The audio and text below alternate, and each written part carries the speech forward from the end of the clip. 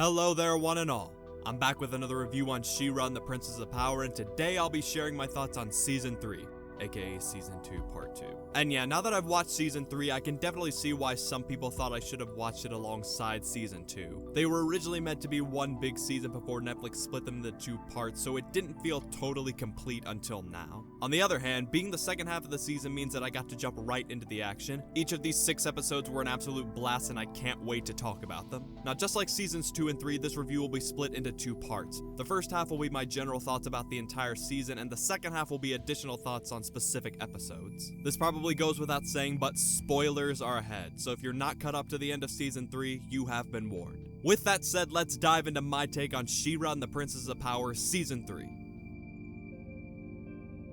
Now, this really was a season of reveals and backstories. I loved getting answers about Adora's past and the mystery behind She-Ra. We also learned that Mara and her people were the first ones to colonize Etheria and study its magic. At some point, she opened a portal and put Etheria in an empty pocket dimension that I believe she refers to as Despondos, which explains why there are no stars. She did this in order to keep the planet safe, presumably from the Empire led by Horde Prime. I think she also mentioned something about Light Hope and a weapon, so I'm curious whether they're going to go into that a bit more. Even though it's probably information that was revealed before, I never picked up until now that Shadow Weaver's student Micah was actually Glimmer's father. Her mom probably said the name before, but I didn't really put 2 and 2 together until now. I also like how they played with this in a few episodes to increase the tension between certain characters. I've said before that one of my problems with the Horde is that they seem kind of small. Up until now, I've imagined them being this big force that we only see a small group of. This season actually acknowledges that they are a small group. It makes sense that a world like Etheria with no knowledge of the larger universe would perceive a relatively small army like the Horde as the biggest threat imaginable. I appreciated that bit of clarification, and it means that if one small faction can do this much damage, then how much damage could the full might of the Horde Empire unleash? One of the biggest highlights for me was the reveal of Hordak's backstory. It was kind of similar to what I had guessed, which was that he was the leader of an empire who got stranded on Etheria, but they put a twist on it. It turns out he's actually a clone of Horde Prime, and he's trying to get home and prove himself worthy despite his defects. I totally didn't see that part coming, but I really liked it. This seems to be a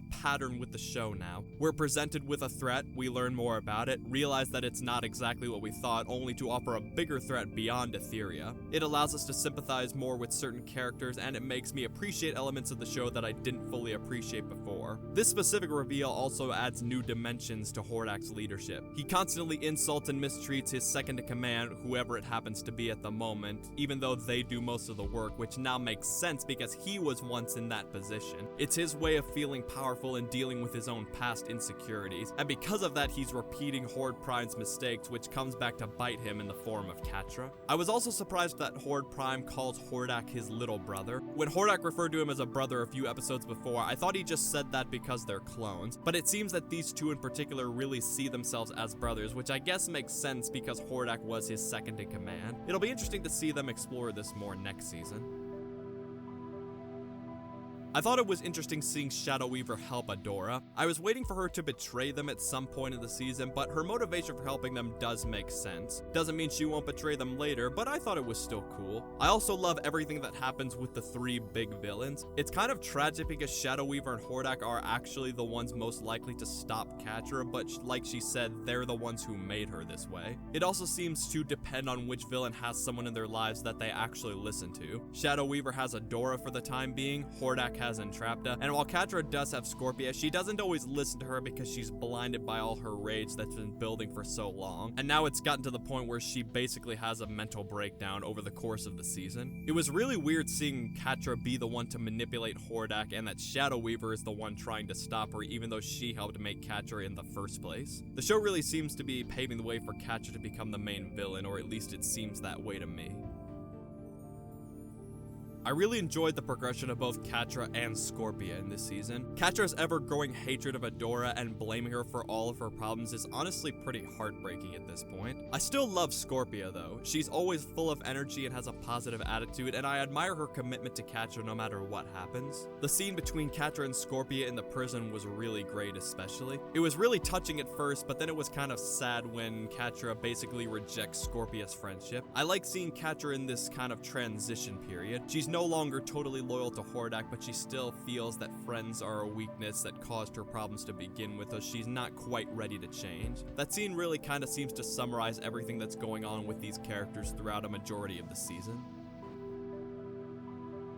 I think it was important seeing the conflict between Glimmer and her mother, especially considering what happens at the end of the season. The episode where Glimmer angrily comments that her mom will always be around was really ominous, and it made me scared of what it inevitably foreshadowed.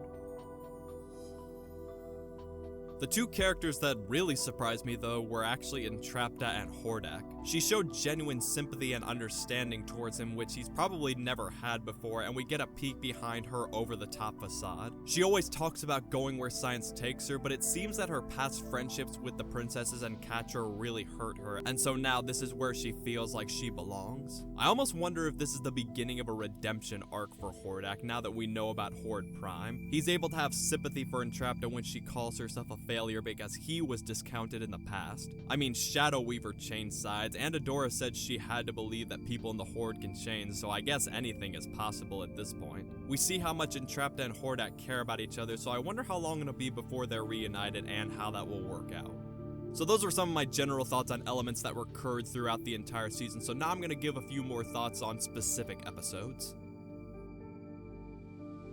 I love the little moments where Angela loses her cool and you can totally see Glimmer in her. I thought that was great. There were also some fun comedic moments with Adora trying to get past Bo and Glimmer. But really what I loved this episode was actually how Adora responds to the revelation about her past. She's understandably upset, and this will prove a challenge for her going forward. When she ran away from Light Hope angry and confused, with Light Hope saying that it's happening again, I thought Adora was about to angrily quit being She-Ra and that we, the audience, would fear that she's repeating Mara's mistakes. Instead, she goes to her friends, acknowledges that she's not totally okay, and she decides to actively search for answers in a way that sticks to their original mission. It was a nice subversion of expectations, and it really shows how strong Adora is. Even in the midst of an earth-shattering revelation, she's calm enough and intelligent enough to learn from the past and make a smarter choice in the present. I now have even more respect for her character, and I can't wait to see where she goes from here. I like when we learn about Hantara's backstory in the Horde because of how nicely it contrasted with what else was going on in the episode. She talks about her history as a Horde soldier and how she hated that Hordak threw away lives so easily. At the same time this is happening, we're learning Hordak's backstory and feeling a little sympathy for him, and then we have Adora who's somewhere in the middle. Seeing all these different perspectives really made the show feel more three-dimensional, and I like it. I also thought that Adora's story complemented Hordak's pretty well. Adora wanted to find answers, Hordak wanted to find a way to prove himself, Adora has Glimmer and Bo, Hordak has Entrapta. I just like these kind of parallels in episodes. Man, this episode went by fast. At first I kind of thought it was going to show what Catra was up to during the events of the previous episode, which would have been cool, but I still loved the episode we got. I loved Catra in this episode. She starts off with a I don't care mentality, slowly transitions to actually being happy, then heartbroken, then full-on sinister rage mode. This was one of my favorite episodes for her character so far. I love how Catra actually warms up to and even shows affection for Scorpia, going out of her way to make sure everyone gives her praise. I know a lot of people ship Catra Dora, and that probably is going to happen, but I also like these two. The moment where Scorpia asks Catra to stay with her in the waste was really intense, and I found myself really sad when it all goes wrong. The scene with Catra now hating Adora even more because of Shadow Weaver and committing to Hordak's plan was haunting, and it was a great way to end the episode. Another thing this episode made me think of was that I'm curious how small portals keep opening and bringing people like Hordak and Adora to Etheria if portals seem to be such a technological problem, but I'm sure that's something they're going to go into more later. Wow, what an episode. I like that we finally got to see more of the Princess Alliance in this episode, and what a cliffhanger. I'm actually glad that I only watch episodes one at a time so that I can really anticipate the next episode.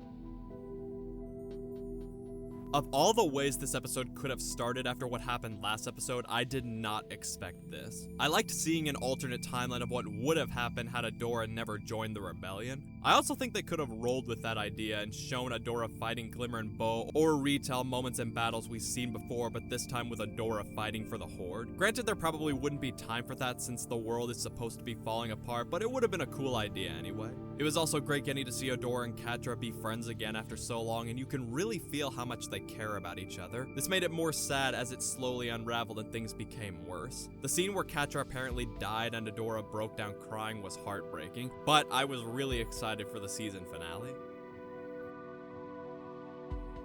I thought it was cool seeing even more characters in this alternate timeline. We get to see Micah as an adult, and he's voiced by none other than Daniel Day Kim, who's been on shows including Lost and The Legend of Korra. It was very powerful seeing some characters have to give up things they've wanted for so long in order to save the timeline, and I really feel bad for Adora at this point. She had to watch all of her friends be erased from existence and then had to witness Queen Angela sacrifice herself. Speaking of which, let's talk about Queen Angela's sacrifice. I believe I'd had it spoiled for me a while back that she was probably going to die, but I didn't expect it to happen like this. I can only imagine how this will affect Glimmer, since the last time she saw her mother in the real timeline, they didn't exactly part on good terms. It also seemed like we got a hint that Micah may be alive, which is good, but now it seems like Glimmer will only get one parent back after losing another. Catra's deformed state was really unsettling, but it was a great moment when Adora finally stood up to her and made it clear that she will no longer blame herself for any of Catra's bad decisions. That look She-Ra gives Catra at the end is so telling, and I can only imagine what it will be like next time they see each other. And of course, the episode ends with Hordak sending a message to Horde Prime, and I'm sure we'll be seeing more of him next season.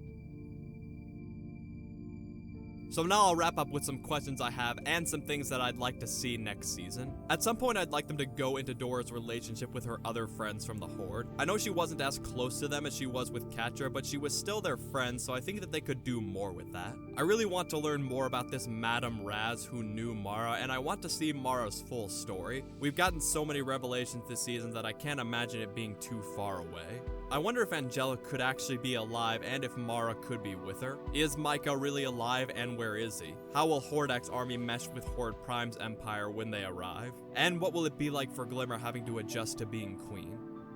So those are my thoughts on She-Ra and the Princesses of Power Season 3. It may have been short, but it was also a lot of fun, and I can definitely say that it's my favorite season thus far. Each episode was amazing on its own, and they also worked really well together as a continuous story. She-Ra Season 3 is the best this show has had to offer so far, and I can tell that the best is still yet to come.